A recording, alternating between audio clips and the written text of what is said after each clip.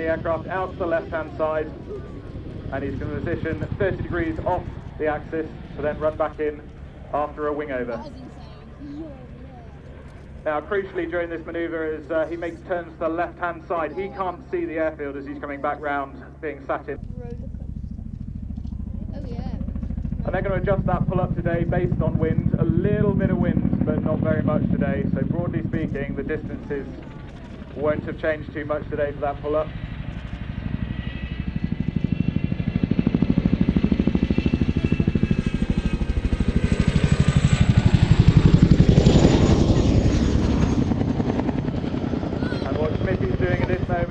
Right out of the aircraft, trying to see the apparent ground speed, that's the speed that he's travelling over the ground, drop to 0, and as it's almost at that point, he's pitching the nose forward to make sure that Chinook's coming down again, gathering forward airspeed. Flinny is pattering or talking about his nose. Stand by. Ready. Now.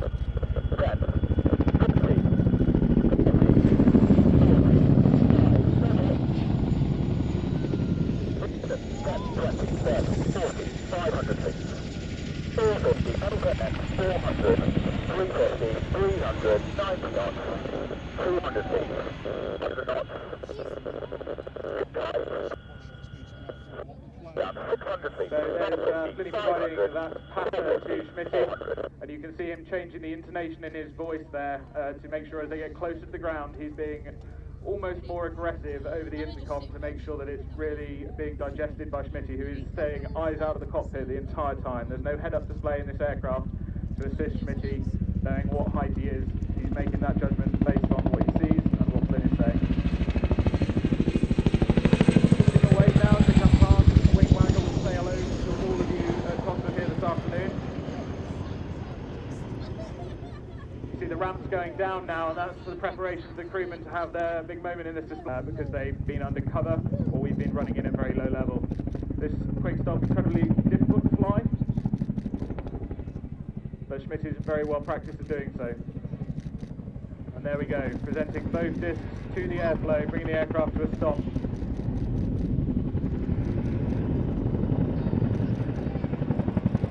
And we're now going to go into what we call the sideways crawl, so everyone make sure you're waving back there at the crewmen on the ramp. So we have 2 crew on board this aircraft today.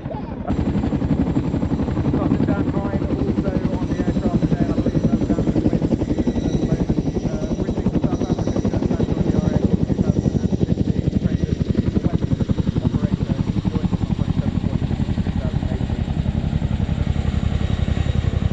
I'd like to say hello to Dan's mum, who has joined us today all the way from South Africa. So quite a long way to see Dan displaying here today. Big moment there, and also Dan's wife, Cindy, who's going to be able to deal with the threat straight away.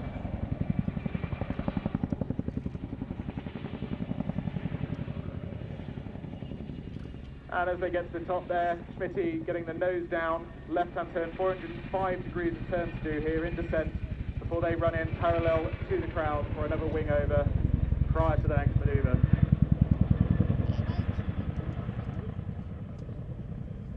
Nose stays down, airspeed builds as he goes. Schmitty now looking left across the cockpit, across Flinny, who's been helping him all the way to find that display data and that display line again. And then crucially making sure they have 120 knots straight and level for the next manoeuvre.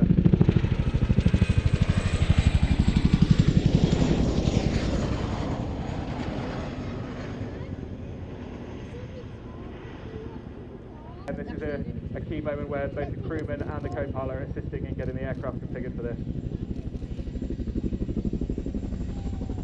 Back wheels touch down, Schmitty brings the cyclic, that's the control between his legs, back towards him to make sure that the front of the aircraft stays in the air, and then reduces power to make sure that the back of the aircraft effectively acts heavier than the front to get that aircraft flowing onto the runway.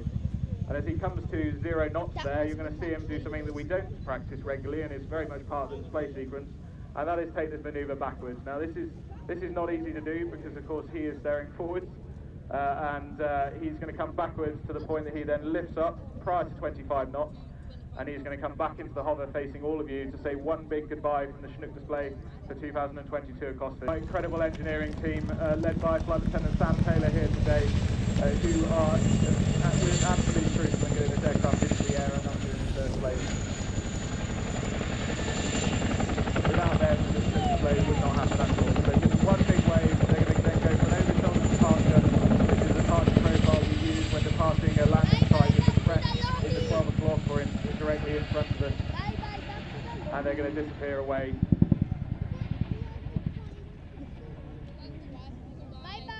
Moving forwards will have come from a university, not necessarily Birmingham, but University Air Squadron background across, the RAF writ large. But those who go on the Jordan still want to gain as much as they can from their time on the squadron, and ultimately they take that on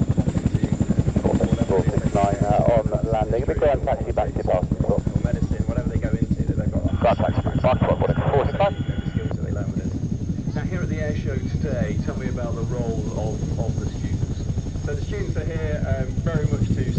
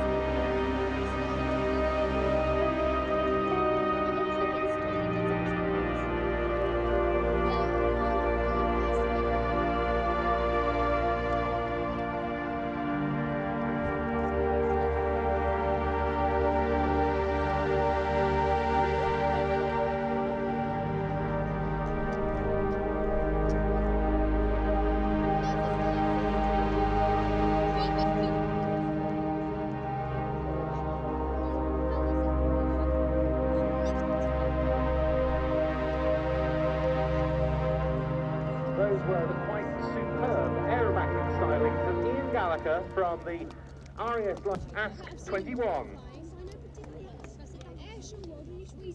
Takeoff roll, the consolidated PBY-5A Catalina.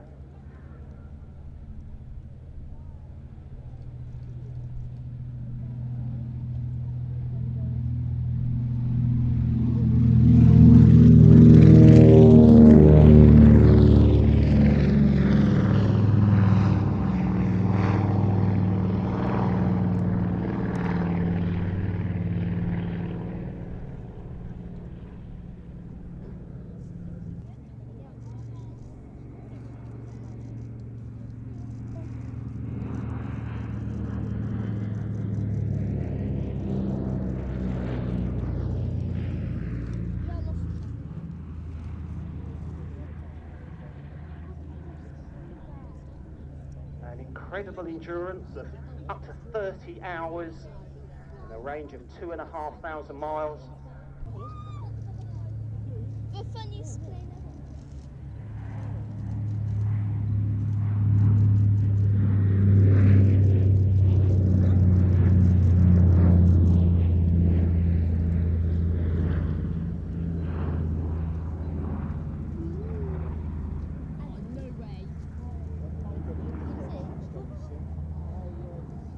Once a U-boat had been spotted, its position would be radioed back.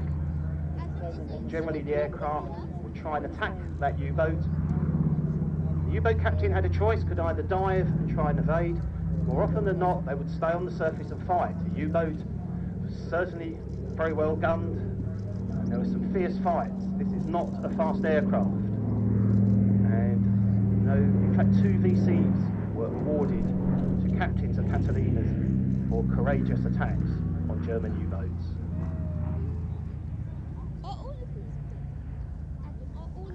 Innovative design for its time. It's got a so-called wet wing, which means it incorporates extra fuel tankage, leading to a considerable overall weight saving. As you can see, it's a very slippery aircraft aerodynamically, so low drag is helping it achieve such good performance, and it's also got retractable wingtip floats. And you can see that demonstrated on this pass from left to right.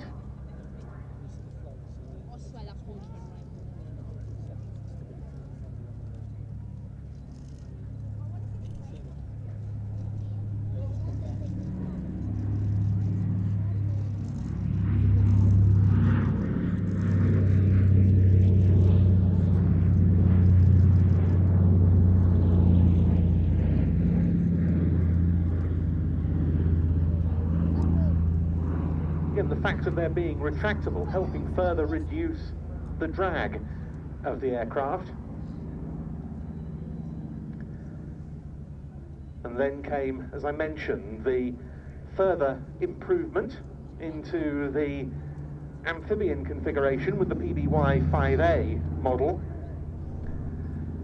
And the colour scheme on this particular aeroplane, which was in fact built in Canada by the Canadian Vickers Company, and is therefore, strictly speaking, a Canso. That was the name the Canadians gave to their license-produced Catalinas, recalls another facet of this aircraft's operational service, both during and after World War II, which was in the air-sea rescue role.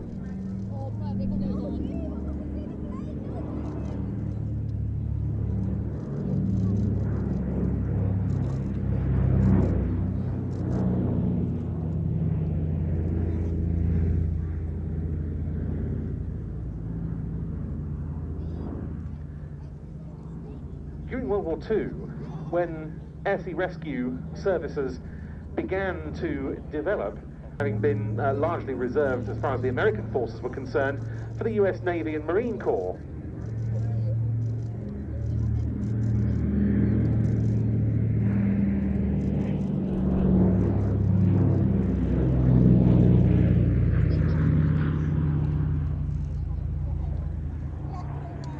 They were designated as OA-10As, to be known now Search and Rescue Service, of which we commemorate 70 years in RAF service here at Cosford today. The Catalina from plain sailing into land, captained today by Angelo Cunningham, an Irishman with a very broad aviation experience. He spent many years in the commercial aviation world. He's a highly experienced instructor. He's displayed his own Scottish Aviation Bulldog in the past. He's been an airshow organiser, I seem to recall, in the Republic of Ireland, and now he's one of plain sailing's shareholder pilots. But now it's on to our next display item.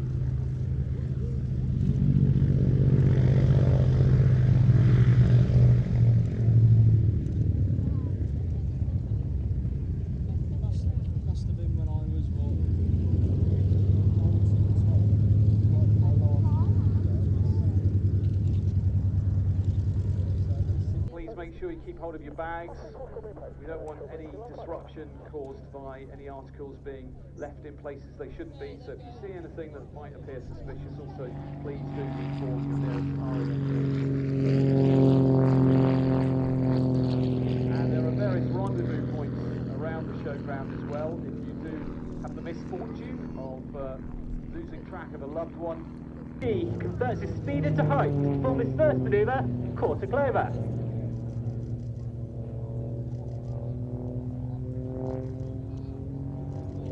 David John is known to boast as DJ or Gibbo. He was born in Southport and started his career in the Royal Navy in 1996, where he trained to fly the Sea King in the support helicopter role.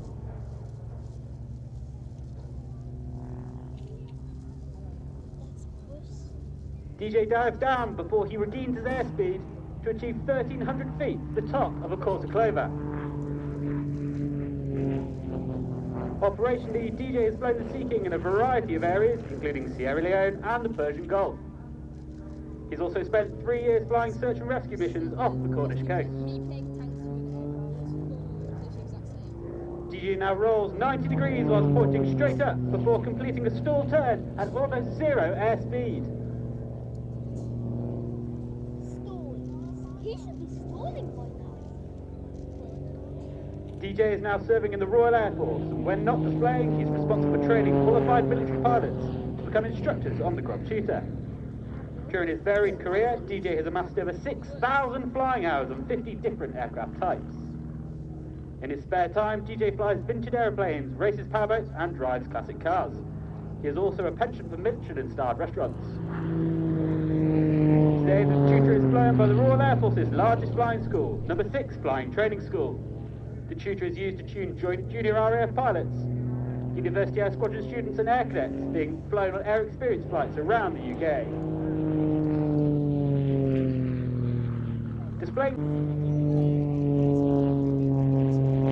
When it comes to air experience flying, there are over 12 flights serving over 1,000 air cadet squadrons nationwide. You can join the air cadets if you're between the ages of 12 and 17 years old. From the age of 13, you can fly the Tutor in aerobatic manoeuvres that you can see today. For those of you that are older, there are 15 university air squadrons across the UK, all linked to nearby universities. Students on the University Air Squadrons are taught to fly the Tutor by highly qualified, experienced military flying instructors. As well as flying, a range of other activities include leadership, sport and adventurous training around the world, providing huge opportunity for personal development, embracing the Royal Air Force's core values of respect, integrity, service and excellence.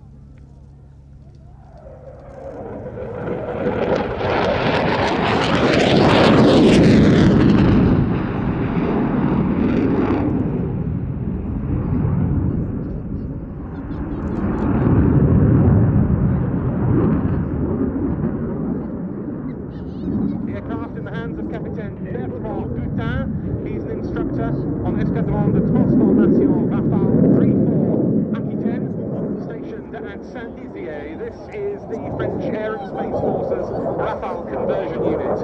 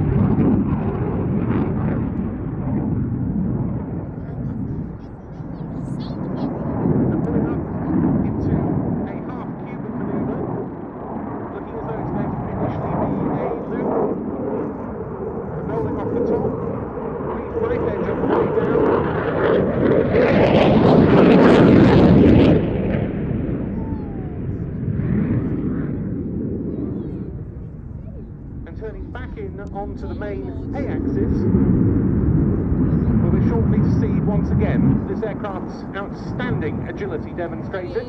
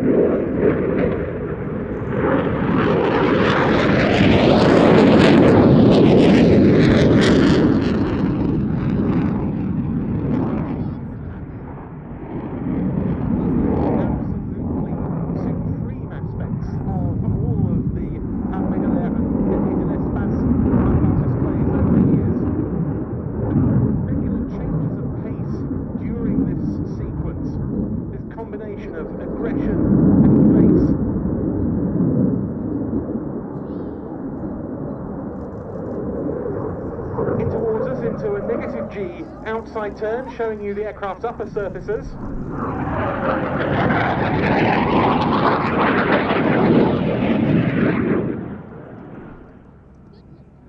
Showing you all the angles of this single-seat Rafale C model. The French Air and Space Force also operates the two-seat Rafale B. The first deliveries to the French Air Force Experimental Test Unit were in 2004.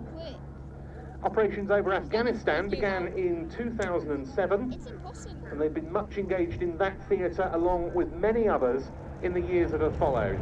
Putting the gear down there, but now...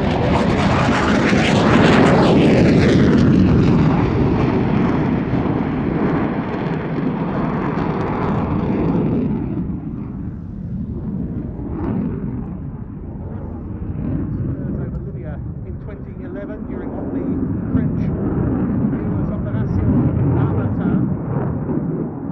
they became the first coalition fighter aircraft to operate over the cities of Tripoli and Benghazi. Now a slow roll down.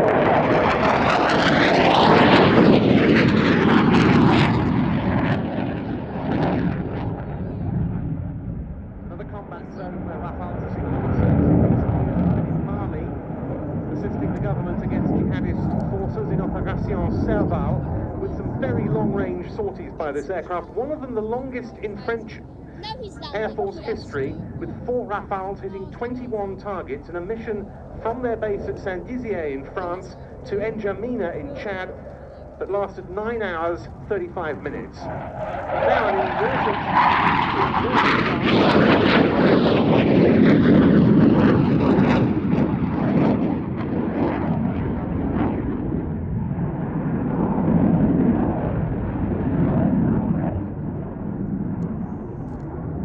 Rafales have flown on operations in the Central African Republic and against the so-called Islamic State in Iraq as part of Operation Shamal alongside the Rafale M's of the French Naval Air Arm.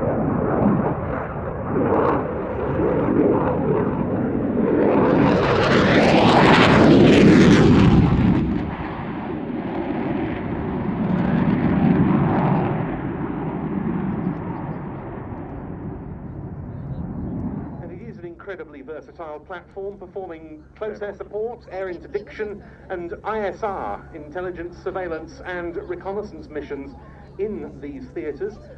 The upgrade to Rafale F3 standard brought the nuclear strike capability into this aircraft's arsenal. Further new weaponry is being added in the latest set of upgrades to F3R standard, which became fully operational in March 2021. And next up is the F4 standard Rafale, which will bring about greater connectivity with other airborne platforms, the new Mika-NG air-to-air missile, the AASM Hammer precision-guided munition. Now a slow pass from left to right.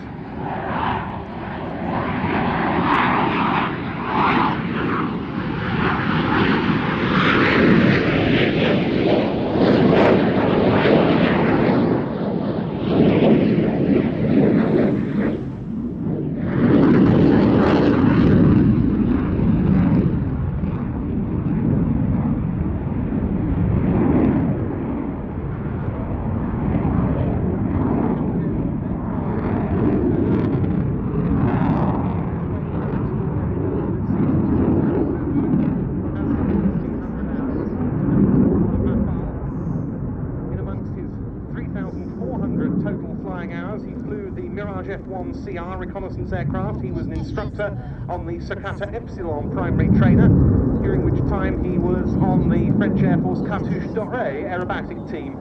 Now a fast pass with a very good photo opportunity, showing you the top side.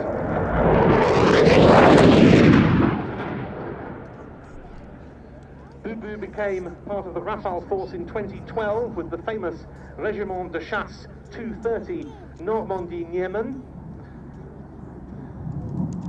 And he's been on his current unit, the Escadron de Transformation Rafale 3.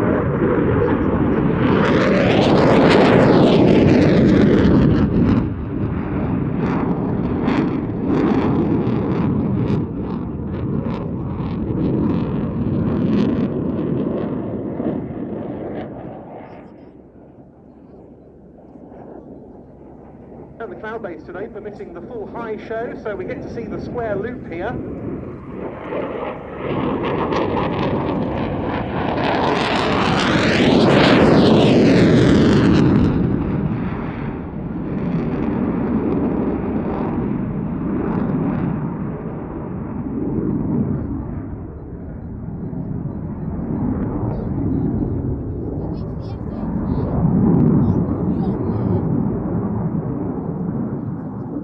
Towards us on the B-axis once more.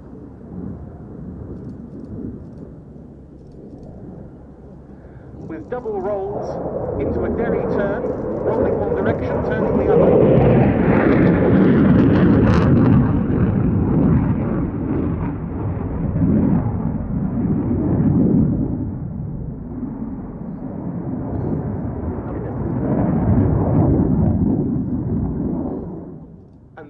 Completes a really all-action display from Captain Bertrand. Absolutely fantastic. Hit into a knife edge. He's stalling.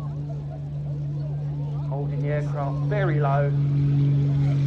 Now that's a takeoff.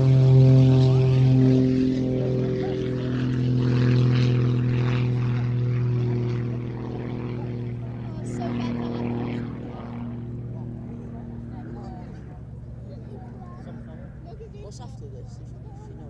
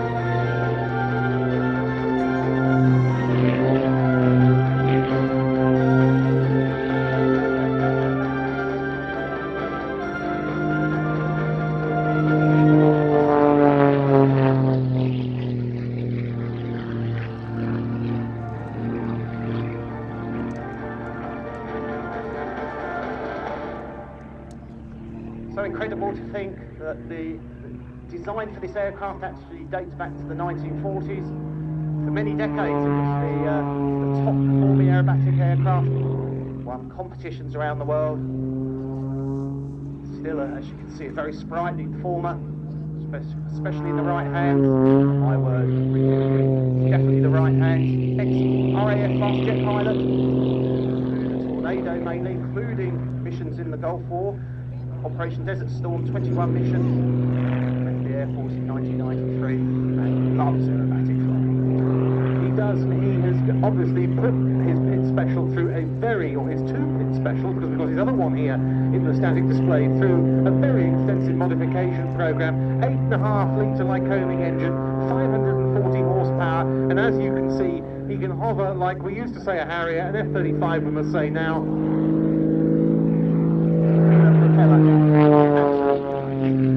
Very highly modified, as I say. He removed the standard landing gear, modified engine mount to enable the installation of titanium sprung undercarriage legs. The cowling is totally redesigned. The rudder is very, very different from what you'd see on an ordinary pit, and perhaps most noticeably, these blade-like wings. It gives this aircraft a performance like it sounds absolutely fantastic as well. And this aircraft is registered J-PIT, and the J stands for jet, because in the future this is going to become his jet pits, with the addition of a pair of small Lynx jet turbine engines.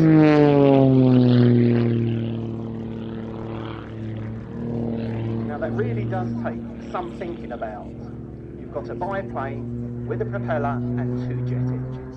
That is going to be something to see, and also to hear. The performance will be absolutely something, as if this isn't good enough already. And Rich is now supported with the new sponsorship for 2022 by the Sabio Group, who are very interested in STEM, science, technology, education and maths. So they make a good partner for Rich.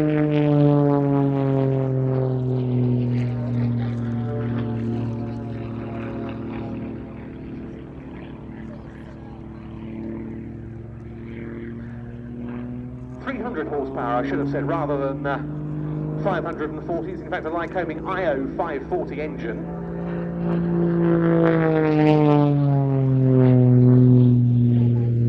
See, what Rich does so effectively during this display is mix together the sort of traditional aerobatic figures, albeit perform. And so here he is, diving in from our left with multiple rolls on the down line. Building up speed, building up energy, as he runs down the A-axis, ready to pull up.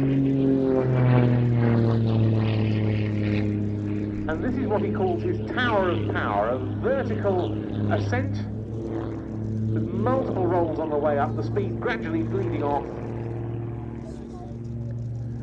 And there the aircraft nearly hanging on the propeller as it falls back down through its own smoke. A very, very long way down through its own smoke. Just thinking ahead to when the jet version of this comes out, total power available is going to be around about 1,700 pounds, but the aircraft only weighs about 1,500, so that tower of power, it will just keep going. Yes. It will just, gravity will not win.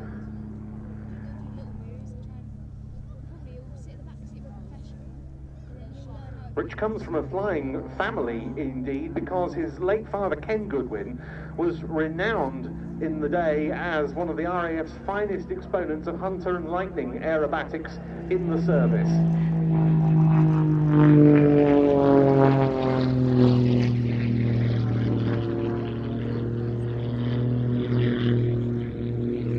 Once again showing us that absolutely penetrating vertical capability of this aeroplane, such as its power-to-weight ratio. A couple of turns of a spin on the way down.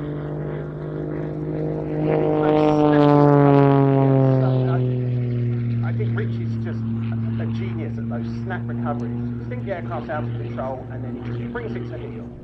Of course, this is all a very, very well-practiced routine over many seasons.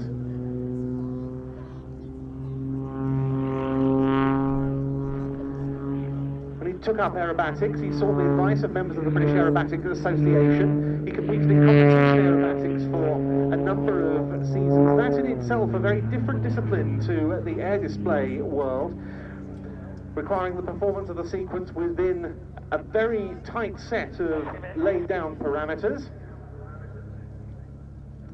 It was all a very good training ground for his entry into the airshow circuit. In now from the right, and now a very good opportunity to see the colour scheme on this new muscle biplane as he comes past once again on the knife edge, showing you the Sabio logos on the upper surfaces with good width.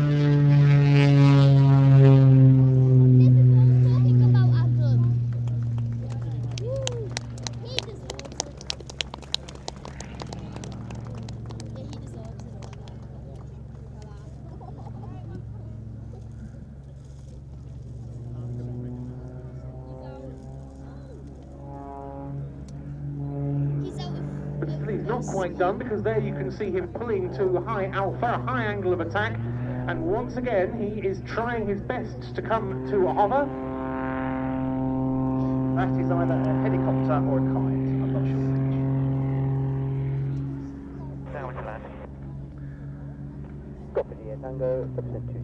And that completes another quite brilliant sequence. Coming in to land once again from left.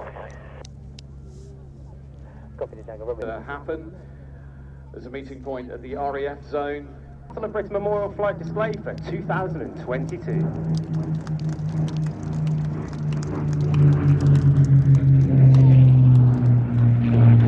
the fighter pair, we have MK356 and Spitfire P7350 on a topside crowd right arrival. Our pilots today are Flight Lieutenant Andy Priest in P7 and Squadron Leader Mark Lung in MK356. Now, unfortunately, as you're aware, the Lancaster has gone tech and is currently stuck at Coningsby, so she will not be arriving today. However, if you go over to our PR team, we do have an incredible VR headset system which has the Lancaster footage on there, and you can see her flying, and you can sit in the back of the cockpit and experience that for yourselves today.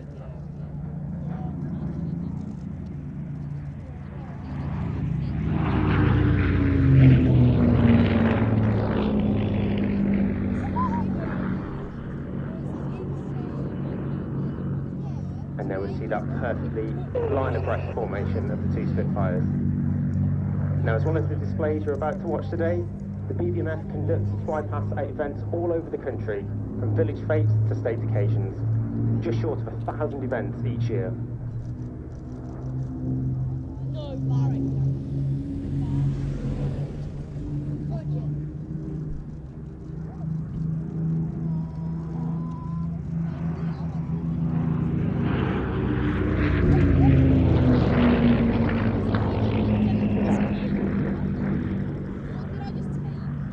This year we were exceptionally proud to participate in the flypast over Buckingham Palace to celebrate the Queen's Platinum Jubilee, seen by millions across the world. Cheer for Squadron Leader Mark Lung.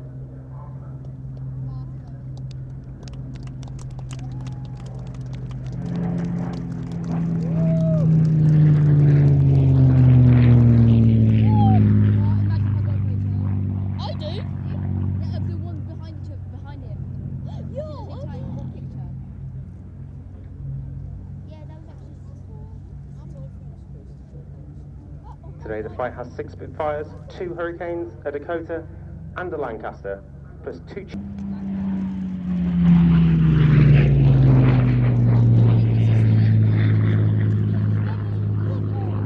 There's a changeover into Flight Lieutenant Andy Priest in P7350 for the start of his display.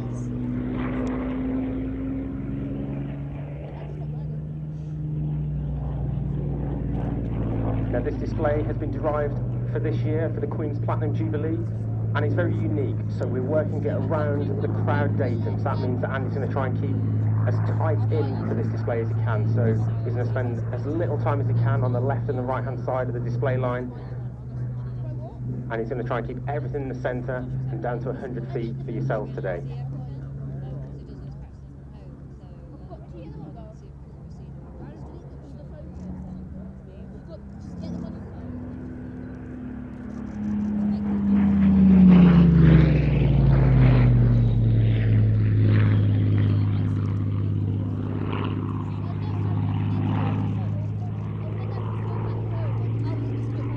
Then we see the Spitfire pulling up into the manoeuvre that we call the half horizontal into a descending left-hand turn. So Andy's now going to be looking at the left, finding yourselves on the crowd line and bringing the Spitfire around into the 360 path.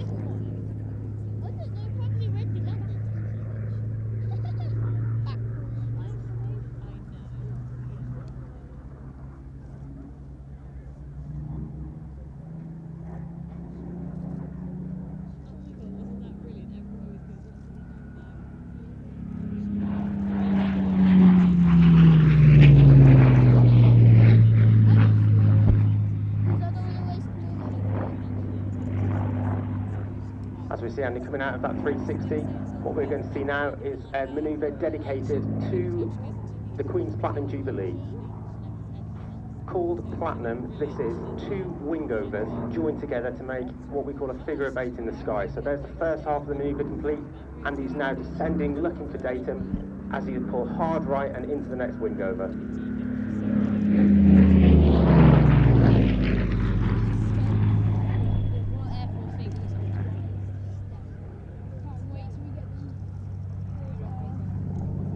And I'm sure you'll agree, ladies and gentlemen, that the blue skies and the clouds behind us are the perfect backdrop, the elliptical wings of this beautiful Mark II Spitfire.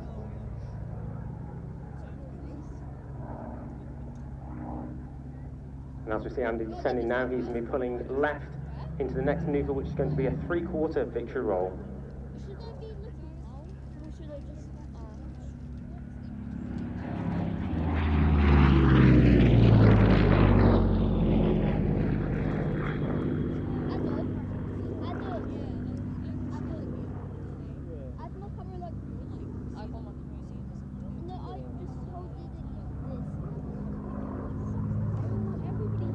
This manoeuvre is used back in the war to try and trick the enemy into the direction of travel of the Spitfire. So as you can see there, he pulled up, jinked left, and then he pulls back through on himself to come back right.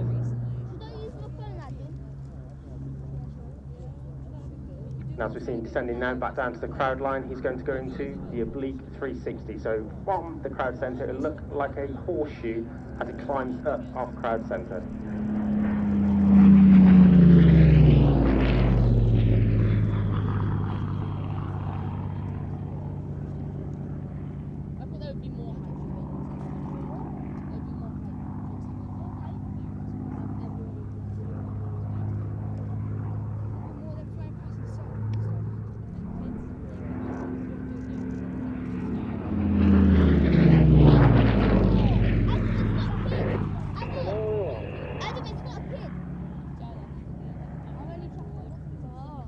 Now as we see Andy pulling up into this 3/4 victory roll, he's going to roll right and then pull back left.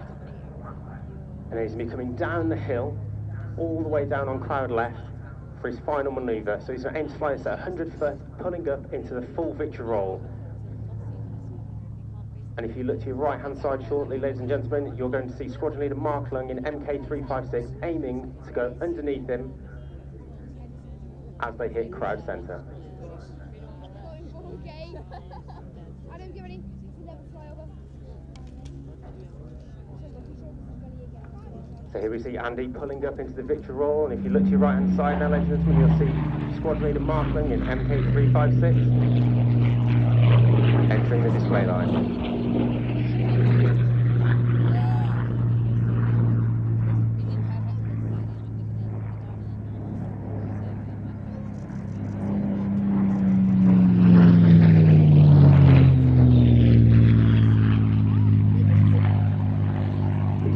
Aircraft are preserved in flying condition as a living tribute to those who serve their countries.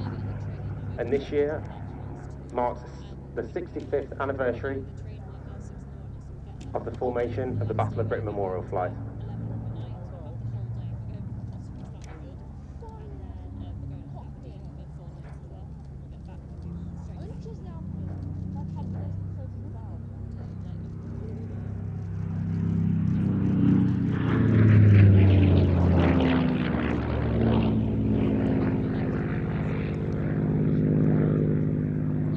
display from Squadron Leader Mark Lund will be subtly different to what you've just seen from Flight Lieutenant Andy Priest. So he's doing a display derived from the Hurricane, which you'll have seen back in 2021. So as you can see, he's just gone through the oblique 360 and he's going to be pulling it back round into a 3/4 victory roll for the next movement.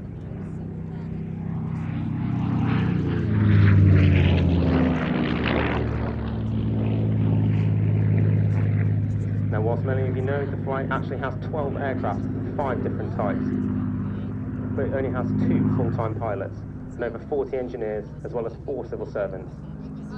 This small team of dedicated people ensures that the BBMF is seen throughout the country from May to September every year. In fact, this year the BBMF is scheduled to appear at around 100 displays and some 1,000 flypasts.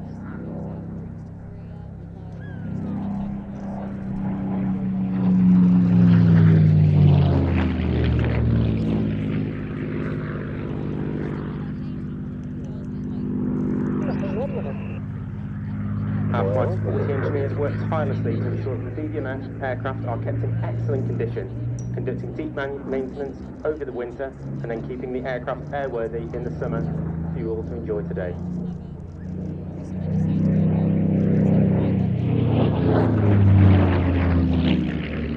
And then we see that lovely 360 path as Mark climbs into another 3/4 victory roll.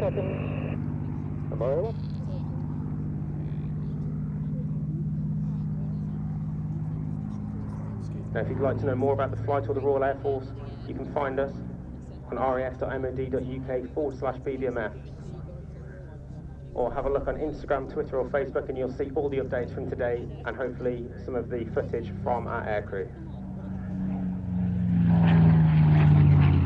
And then it's that victory roll as Squadron Mark exits the display line. So please give a big cheer for the 2 Spitfires of the Battle of Britain Memorial here today. However, we do have something a little bit special.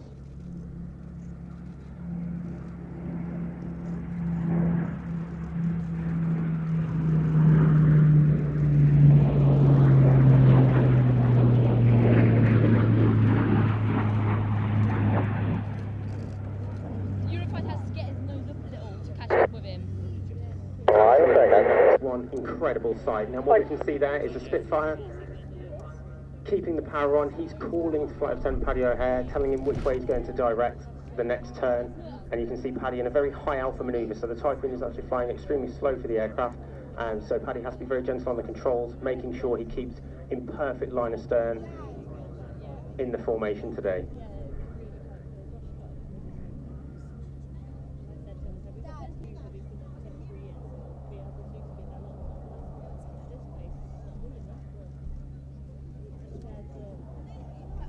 And as they come towards the crown line now, they're going to be turning left. So you're going to get a perfect shot now of the elliptical wing of the Spitfire and that incredible Union Jack underneath the Typhoon.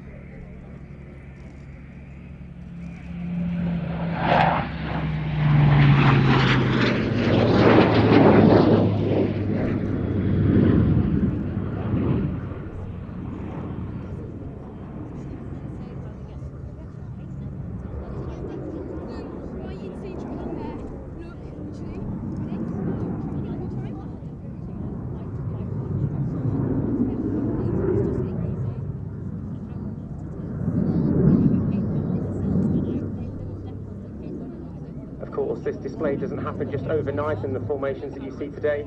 All dedicated, hard-working pilots that have spent years and years training. Flight Lieutenant Andy Priest being one of them in the Spitfire we see today. You may have noticed him from the Tutor display beforehand, and he's flown a multitude of aircraft from Domini, Harrier to Tornado. So he has a perfect set of skills to display in front of yourselves with the Typhoon today.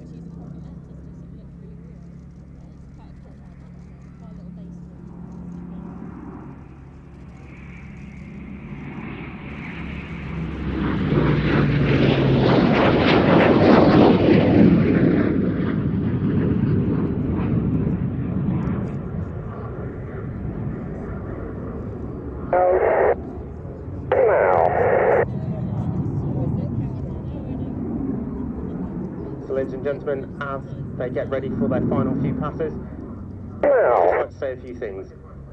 The Battle of Britain Memorial's flight motto is "Lest we forget." and we hope that you remember our mission to commemorate those 120,000 personnel who have given their lives in the service of the Royal Air Force. As that symphony of engines subsides slightly, the hairs in the back of my neck are still standing up. I'm not sure if there is a more evocative or stirring sound. Ladies and gentlemen, it has been a pleasure. Our flight's motto is "Lest we forget." And we hope that you will see us throughout the display season for 2022. Ladies and gentlemen, get ready for the Typhoon and Spitfire break. Memorial Flight for 2022.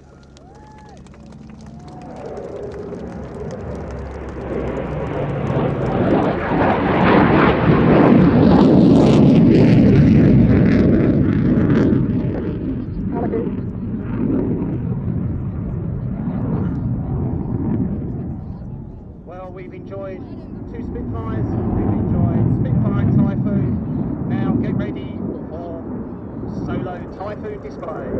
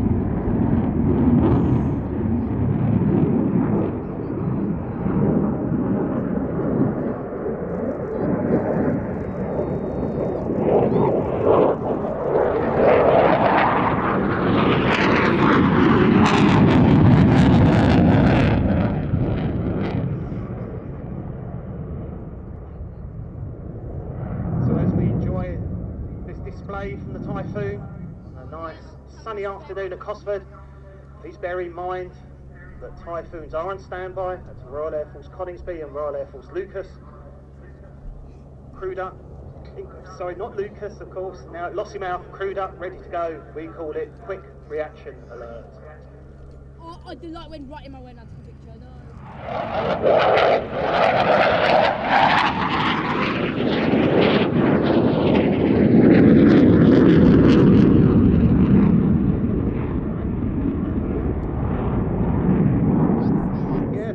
Coningsby are to be found numbers 3, 11, 12, which is the joint UK and Qatari Typhoon training unit, 29, the operational conversion unit, which provides this aircraft, and 41, that's the operational test and evaluation unit, squadrons. At Lossiemouth, numbers 1, 2, 6 and 9 squadrons.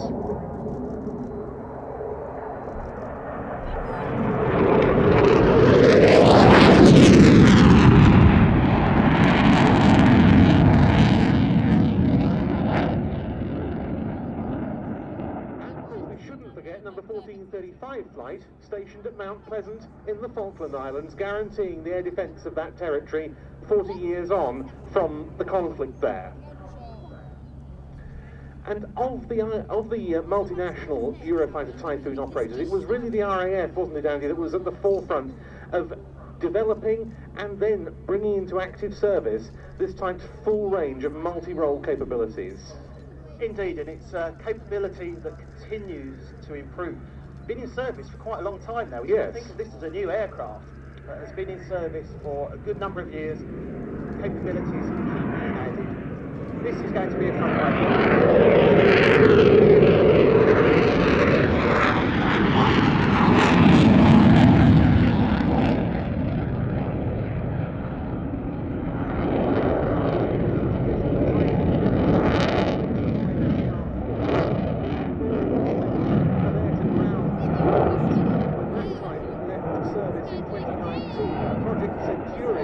developed by BAE Systems was the answer to that.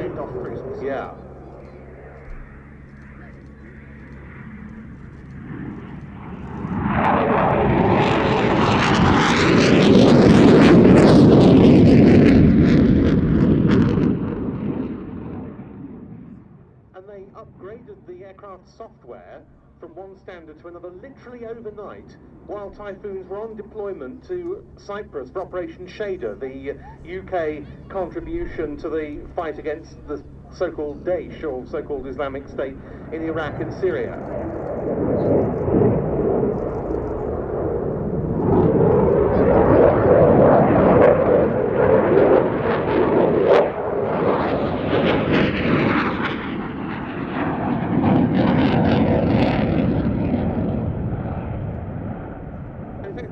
Syria last December that there was a really notable first for not just the Typhoon in RAF service, but this type as a whole, the Typhoon's first air-to-air victory, which was an aircraft on Operation Shader that shot down a small hostile drone over Syria. That is, of course, very much the nature of modern warfare.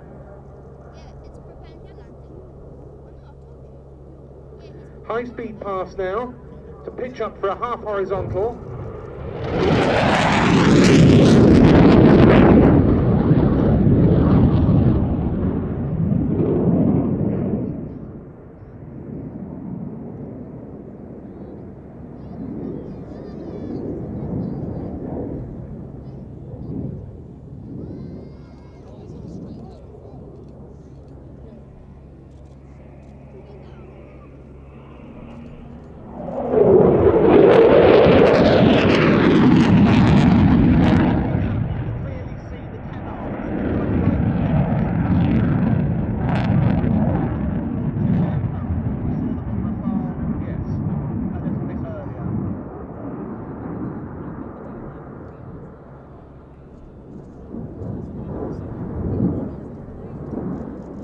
Maximum rate turn here.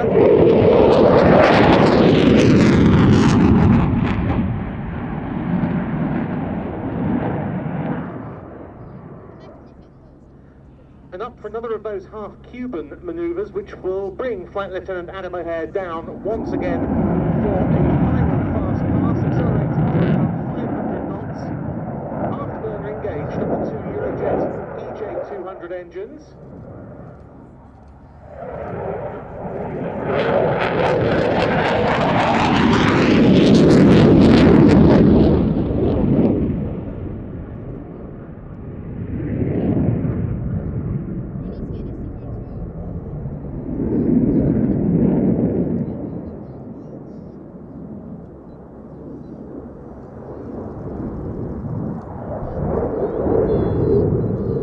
And here's his final departure.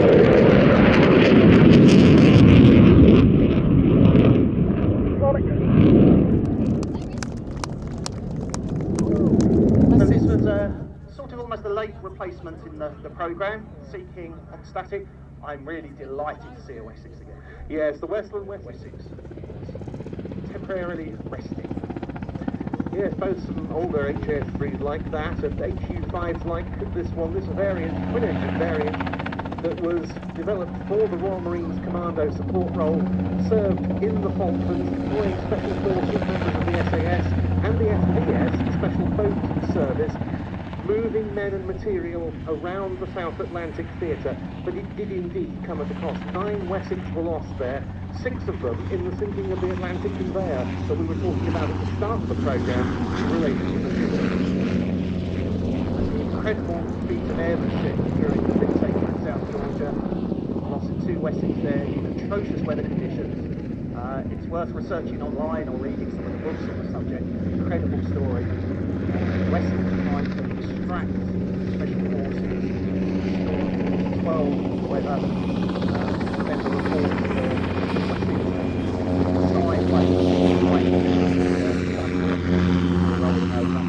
one Wessex did manage to come to the rescue, everyone was distracted. And that Wessex still survives to this day. It's an old Mark III that had been converted for the commando support role, and it's exhibited in the Fleet Air Arm Museum at Yeovilton, nicknamed Humphrey, and it still bears the scars of those operations in the South Atlantic.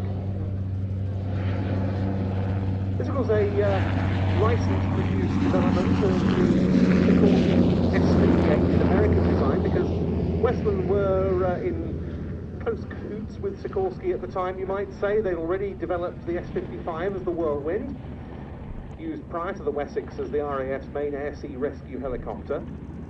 S-58 was shipped to the UK. It was re-engined with a British power plant, a single Napier Gazelle, and it first took to the air in May 1957. The following June in 1958, the first Westland-built Wessex took to the air.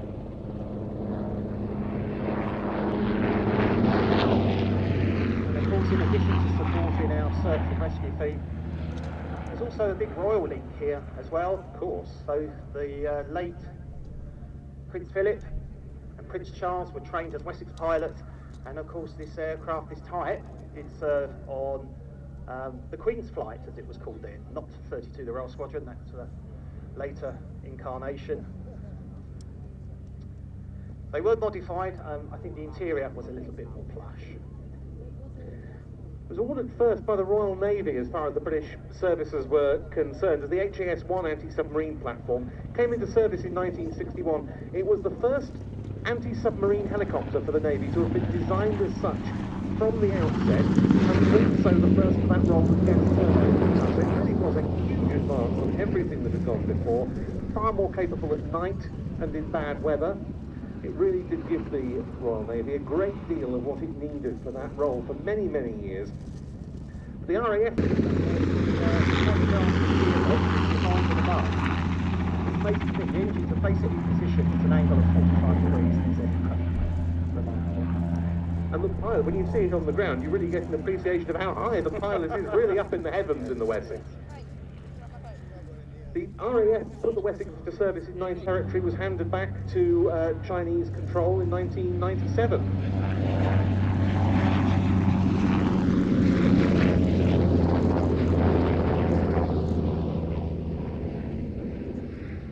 Doesn't it look absolutely beautiful? Oh. It really is a stunner, this aircraft, which dates from 1966. It served with the Royal Navy Commando Helicopter Force, the so-called Jungly Force, out in the Far East. It was transferred to the search and rescue role with 771 Naval Air Squadron at Culdrose in Cornwall, but it then went back to commando tasks with 845 Squadron in the Falklands. It was flown out there in a short Belfast transport of heavy cargo airline May 1982, so 40 years ago last month, and it returned aboard the Royal Fleet Auxiliary ship RFA Oliver in November 1983. So this airframe is a Falklands veteran. And of course, a heavy lift Belfast.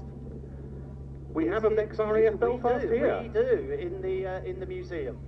Or the Bell Slow, as it was called. Yes, in the early days. In RAF service. Yes, much more effective by the time heavy lift got hold of them, and of course, rather ironically, having been offloaded by the RAF went on, almost inevitably, you might think, to use them for a lot of contract work. Funny old thing. Yes. And when the sun catches the rotor disc, you can see that it sort of strobes, blinks at you, because one of the blades is painted a lighter colour to create that lovely effect. Because visibility is very important in a search and rescue helicopter. This one was retired by the Navy in 1986. It became a general instructional airframe for many years. It was much later acquired by Andrew Whitehouse for his historic helicopters collection. It flew again in February 2019, and you might well have seen it feature in a TV series, the name of which I temporarily forget, about different aircraft restoration. 13 knots, report in position. 10,000 hours were spent on the restoration of this machine, and it's part of the 4-strong historic helicopters deployment to Cosford for today's show, which is unprecedented, landing over on the far side. And it was one of the true legends of the airshow circuit flying it for us, John Beattie, the former boss of the Royal Navy Historic Flight.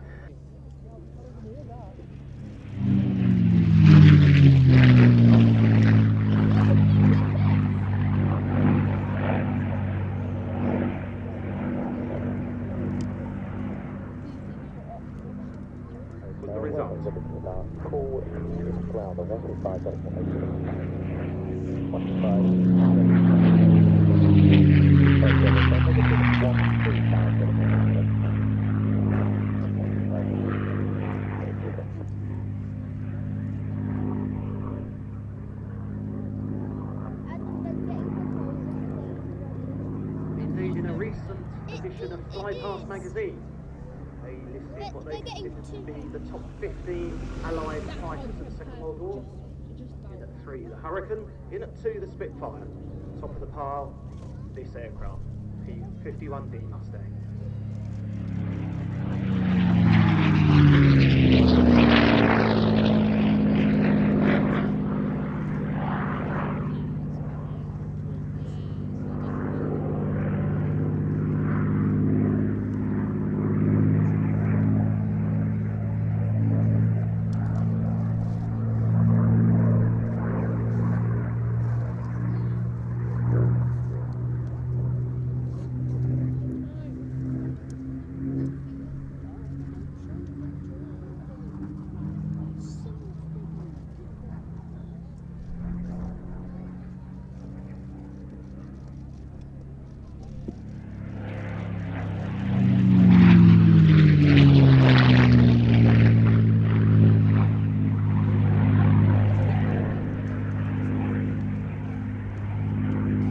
One of the things the Mustang really managed to do was to marry two very important aspects, one being an amazing fighter aircraft, but coupling that with range. Quite a rare thing to do. To go a long way, you tend to need perhaps 2 engines, heavier aircraft, bigger fuel tanks, which generally didn't make the aircraft as manoeuvrable or as effective as a fighter.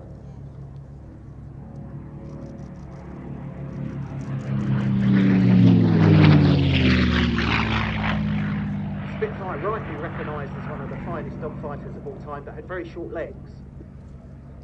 Originally designed as a point interceptor, so it wasn't particularly suited to escorting bombers into Europe, into Germany, which is of course where this aircraft exceeded. The early P-51 Marks were powered by the Allison V1710 engine. Those aircraft have tended to be rather unfairly dismissed over the years because they didn't have the sort of high-altitude fighter capability and the long-range fighter capability that the later Merlin engined examples had.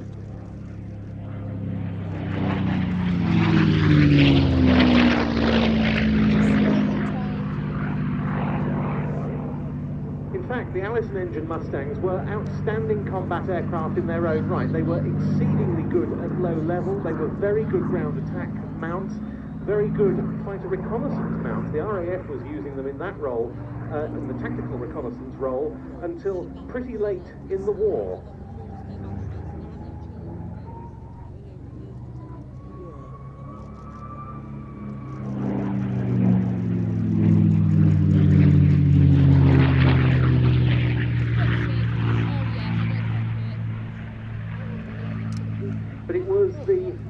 Of the Merlin and the Mustang that really made this aircraft, a marriage that occurred in no small part because of the friendship between Ian Campbell-Ord, the RAF officer commanding the Air Fighting Development Unit at Duxford, and a Rolls-Royce test pilot called Ronnie Harker, whose job was to act as liaison between Rolls-Royce and the company's engine customers. The idea was duly cooked up, a Mustang fitted with a Rolls-Royce Merlin and test flown once again at Duxford.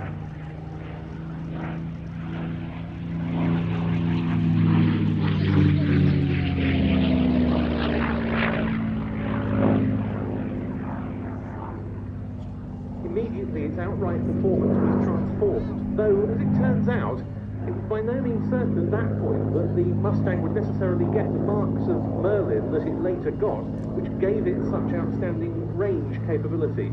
So it could even at that point still have been quite a different outcome for this aircraft. But the later series Packard Merlins that powered aircraft such as this P-51D really were the outstanding power plant for the Mustang airframe. I've not even got a ticket for the fucking event.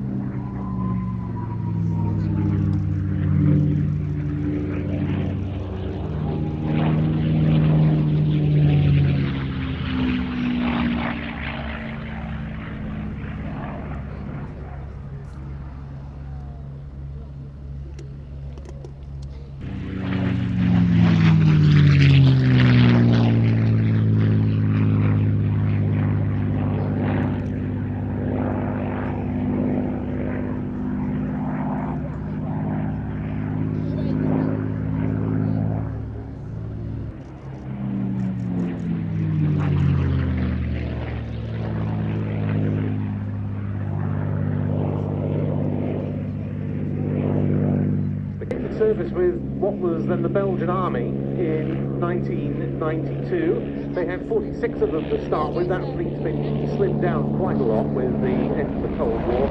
Used for utility missions, for medical evacuation, insertion and extraction of special forces. Quite a few of them have been sold into civilian hands. Some of them went to Benin, which thus became one of the huge list of military A109 operators around the world. Of course, in its home nation of Italy, these are in service with the Italian army, with the Carabinieri, the state police, the Guardia di Finanza, the Italian customs service, all sorts of individual local police forces, fire services, the Protezione Civile, civil defence organisation. So that gives you an example of this type's versatility that Andy mentioned.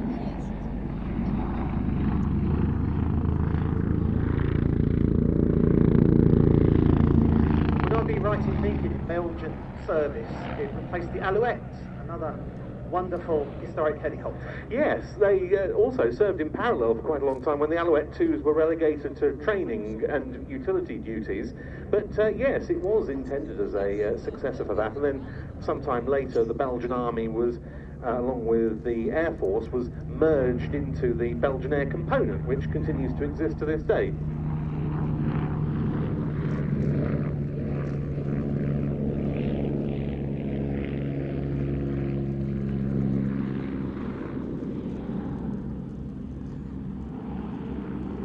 And they're into a short spiral climb.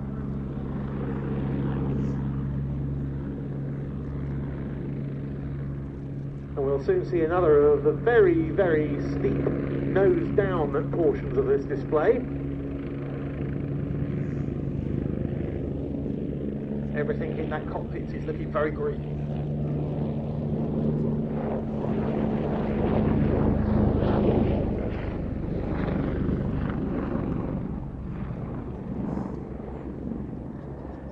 Coming towards the end of this sequence now.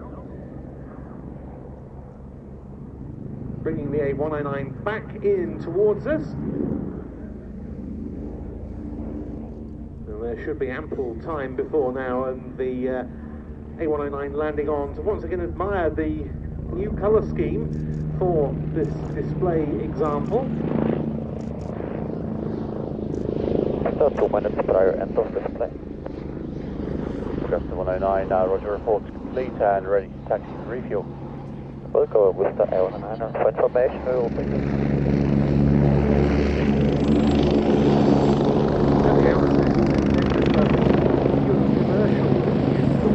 Other applications such as I was saying, air ambulance, search and rescue and the like. After a few years of interest from the Italian Army, so more specialised military applications were incorporated.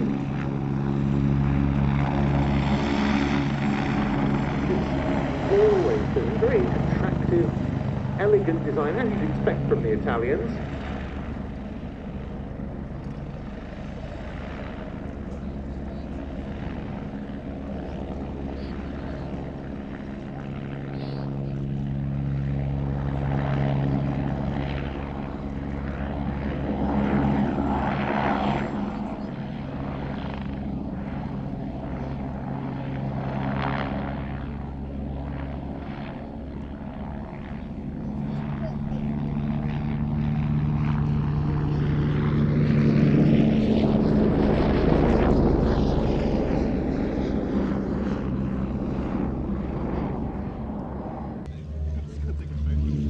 The Belgian F-16. Now if you look directly ahead to the next display, team getting airborne. And I'm sure there's many people in the audience going, I remember. Well, as I say, this was a de Havilland Canada design, and indeed it first flew in Canada 75 years ago last year. The majority of chipmunks were produced in the UK by the de Havilland plants at Hatfield and at Harden.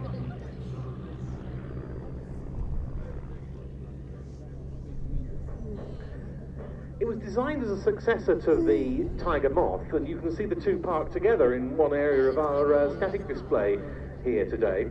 But orders were initially quite slow because, of course, wartime trains like the Tiger were still available in huge numbers. They were perfectly adequate for the needs of the day.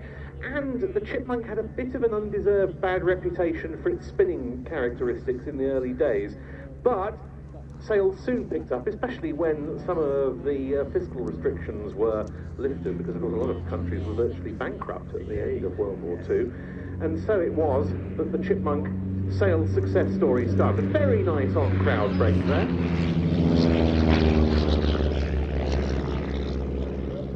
First flown in Toronto in level of 65 displays this year.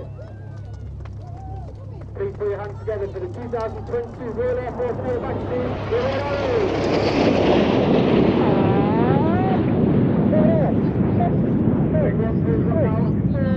at approximately 350 miles an hour. You guys go for a full show. Formation known as 7 arrows. There is approximately 5,500 feet slowing down to 150 miles per hour as they come over the top. Red one brings the formation to the right. Red one this year is suddenly the top bowl. He is in the second year as the leader of the Red Arrows. Having previously been sixth row leader in 2017. Up, circle, stop, and roll.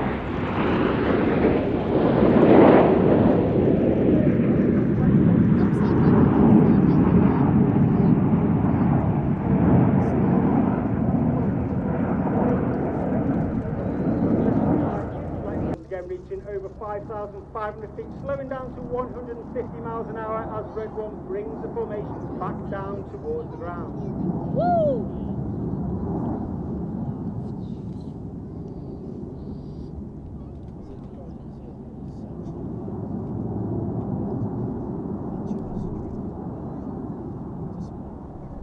As he bends the formation to the left, on the right hand side, No. far right is Squadron Leader John Bond. Bondi is in his 5th year on the team, having previously been road leader. He is also Tutor display pilot in 2012.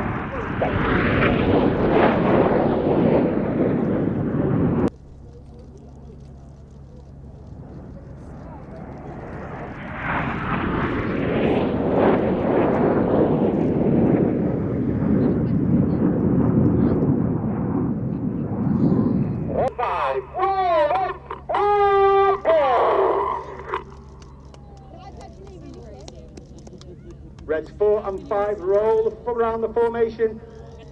Watch the colour change as Red 1 brings the formation around to the right. Red 5 smoking red and Red 4 smoking blue. Red 5 is Flight Lieutenant Dave Simmons, known as Simo. He is known for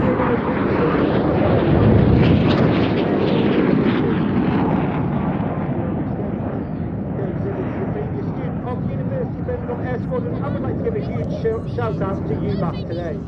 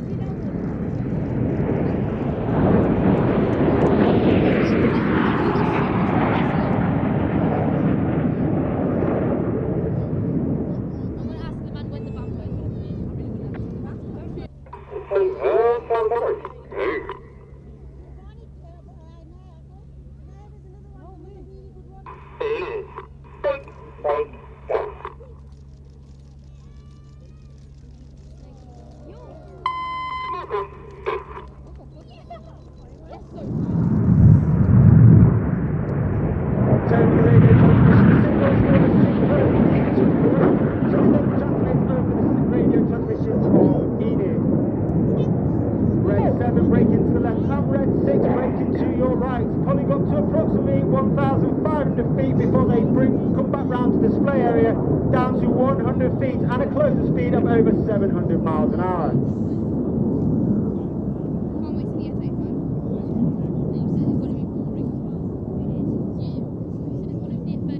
As they point towards each other, they will complete a series of double rolls with a cross in the middle, followed by more barrel rolls in the double rolls.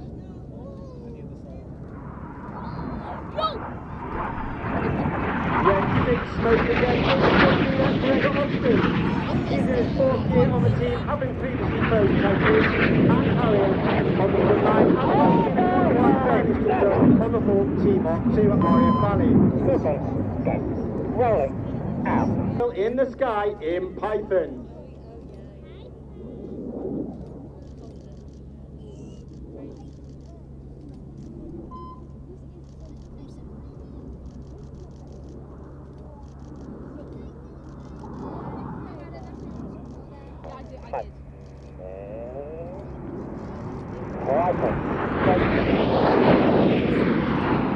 Before they pull up into a half horizontal in the boomerang.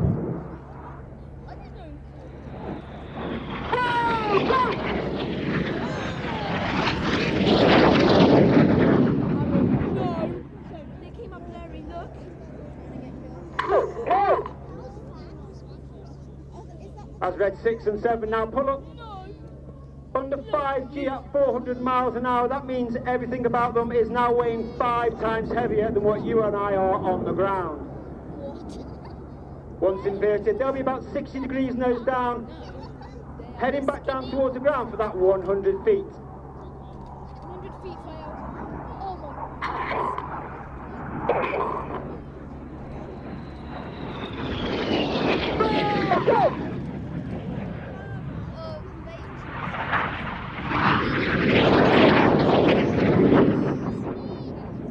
Keep looking to your left-hand side, and you see the lights of Enid coming in. Reds 2 and 3, smoke red, and before a series of barrel rolls around Reds 4 and 5, before Reds 4 and 5, smoke blue and do the same in one of the hardest manoeuvres for our new pilots every year. This is rollbacks.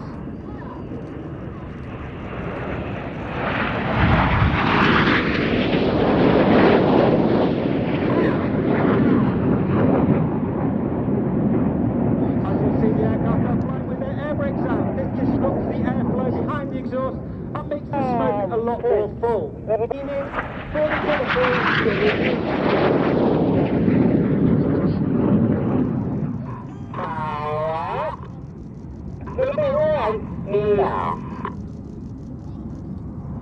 Each of the aircraft are fitted with a smoke pod, which is capable of producing 5 minutes of red smoke.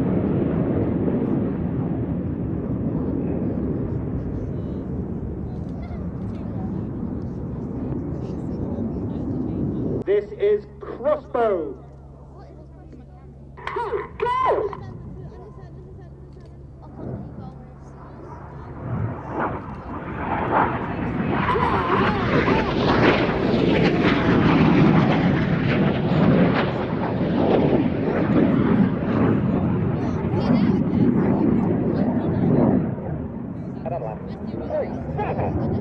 It has been an absolute honour and a pleasure to display for you today. This is the 2022 Royal Air Force aerobatic team, the Red Arrows. For that final fly past, once again, ladies and gentlemen, I give you the Red Arrows.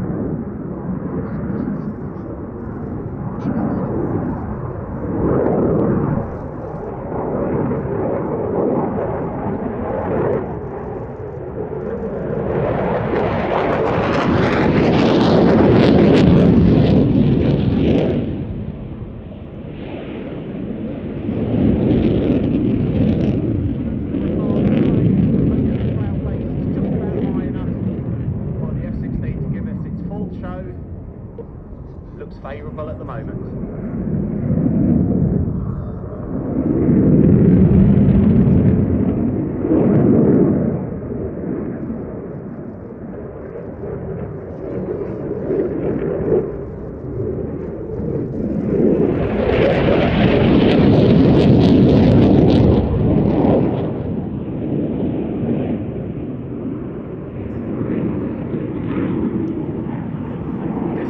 One of the first fly-by-wire jet aircraft. The stick got directly connected to the flight control surfaces on the aircraft. They go through a vast array of computers. The pilot basically tells the aircraft what to do, and the computers make it happen.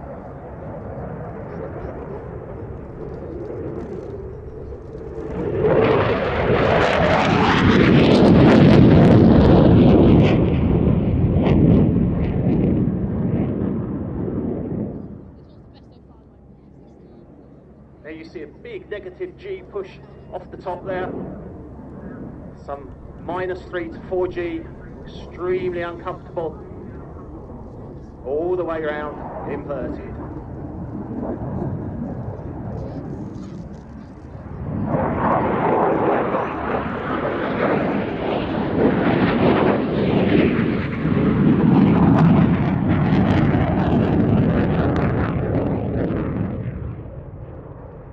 Pulling up now for one of the classic half-cube lanes. It looks like it's going to be a loop just as the aircraft comes over the top. It should roll the right way up again, thus reversing direction.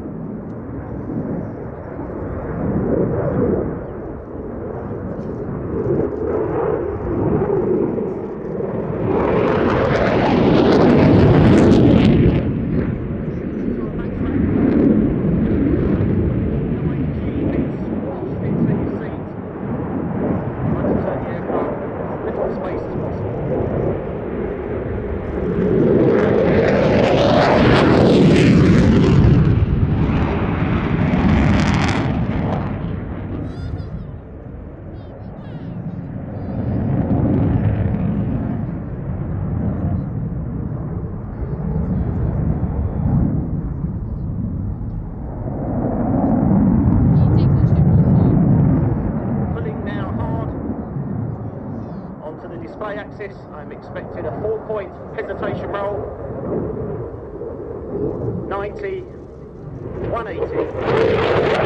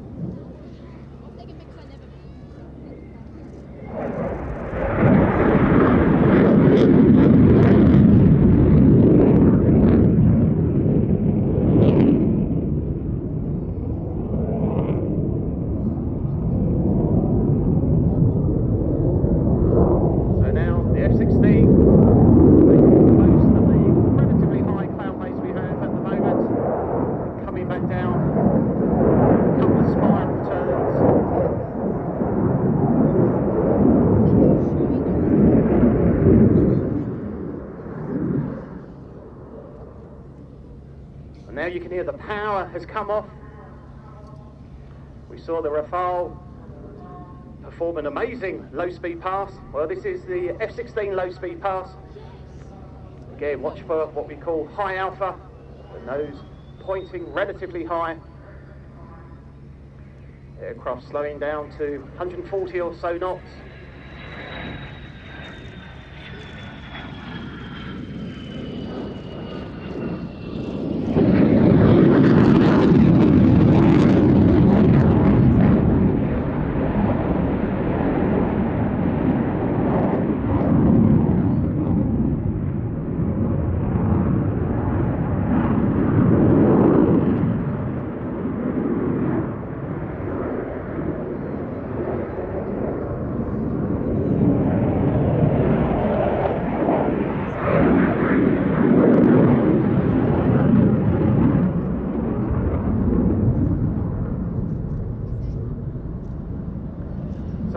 have your cameras ready from the Belgian Air Component, Senior Captain Stefan de Vries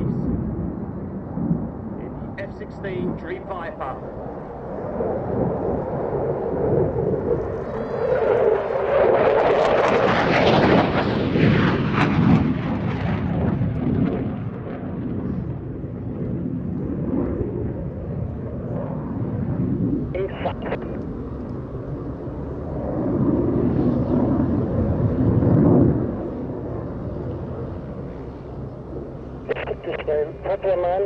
Leaving south. 519, roger. And that does complete the display by the F7 format with new electronics, a revised tail rotor, so infrared shrouds for the engine exhaust, amongst other changes. The Army Lynx could carry up to 12 troops, some 2,000 pounds of internal cargo, 3,000 pounds underslung. Its main armament was the TOW, which stood for Tube-Launched, Optically Tracked, Wire-Guided Anti-Tank Missile, as well as door-mounted guns. And had a Warsaw-packed armoured advance come across that kind of environment, it would be a bit lower than this, but that tree line, they were very skilled at dodging behind trees and just poking their noses up at the right moment, directed by the Gazelles to loose the missiles out of the way. While none of that ever came to pass during the Cold War, the Army Lynx proved outstandingly successful in Operation Desert Storm in the Gulf in 1991. Almost forgotten now, I would say, that the part they played there. The Navy used them to tremendous effect in that conflict as well. But on a single day, during that first Gulf War, a Lynx AH-1 of the Army Air Corps 654 Squadron destroyed 2 Iraqi armoured personnel carriers and 4 T-55 tanks in what was the first ever operational employment of the TOW missile. And Royal Navy Lynx Mark IIIs scored many hits with their Sea Skewer missiles against Iraqi Navy vessels. It really was testament to this aircraft's performance, and I would say deserves to be far better known.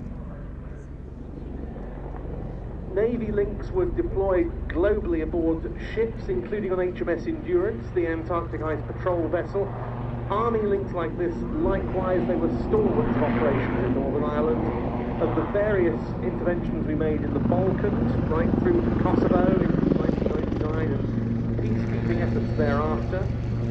Of the Iraq War of 2003 and from 2006 onwards in Afghanistan. And of course, in addition to its primary attack role, like all helicopters, they get used for everything. Jack of all trades, utility, battlefield support, casualty evacuation, go anywhere, do anything. Yeah, the Mark 7s like this were found, I believe, to be a little British military service. They weren't retired by the Army until 2018. The Navy ones had gone in 2017, and the Mark 7s like this in 2015. And of course, the development of this aircraft is now in service with both the Army Air Corps and the Royal Navy as the Wildcat. Yes, initially known as the Lynx Wildcat, but really there's very little commonality between the two. Though it's still, I would say, recognisably an offshoot. Yes, indeed. What made the Army Lynx like this so aerobatically capable when they were in military service was the rigid titanium rotor head. Rather like the Balco Bull 105 that we've seen at Cosford. As seen at Cosford with the Flying Bulls in 2018. Yes, able to confer superb aerobatic performance. This was one of the last 6 Mark 7 Lynx in Army service with 671 Squadron in the training role at Middle Wallop in 2015. It was sold 4 years later to Andrew Whitehouse for historic helicopters and put on the civil register. It only flew again for the first time in civilian hands on the 19th of November last year, the first privately owned Lynx to take to the air in the UK. And we're absolutely delighted to present its debut presentation as a civilian aircraft here today.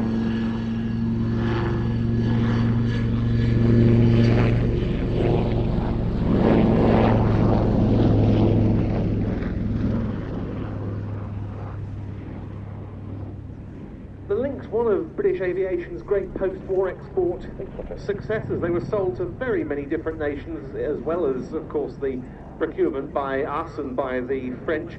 The more capable and later on more powerful Super Lynx maritime variants attracted customers such as Germany and South Korea. Following on from earlier Lynx deals with the likes of Brazil, the Netherlands and Norway. The only export customer for the battlefield Lynx like this with the skid landing gear was Qatar, who took 3 for their police force, which have long been retired.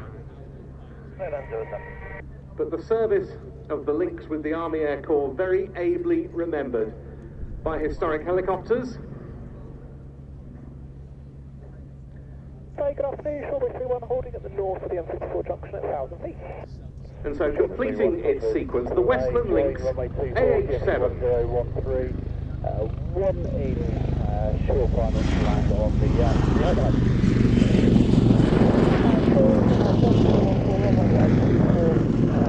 and it's going to be retaking its place on the flight line behind the Wessex.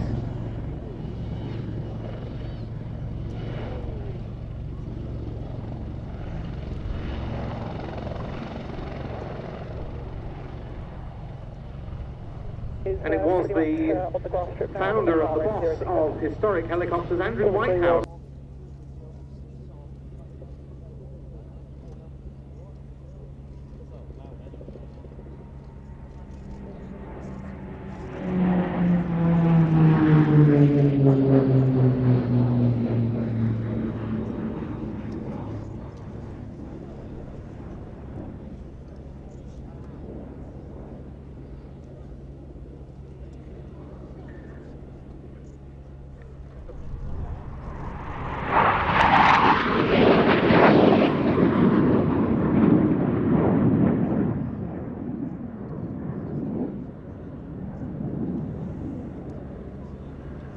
And so, 1 to go.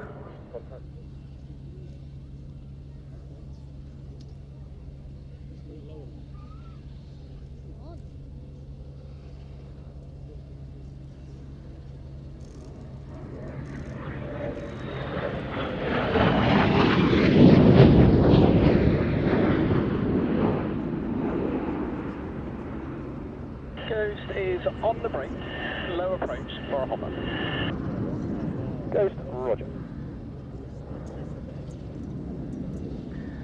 We're going to see the F-35B coming in for a low approach into the hover. Then once again, from the left, to transition into the hover, the number 617 Squadron Lightning.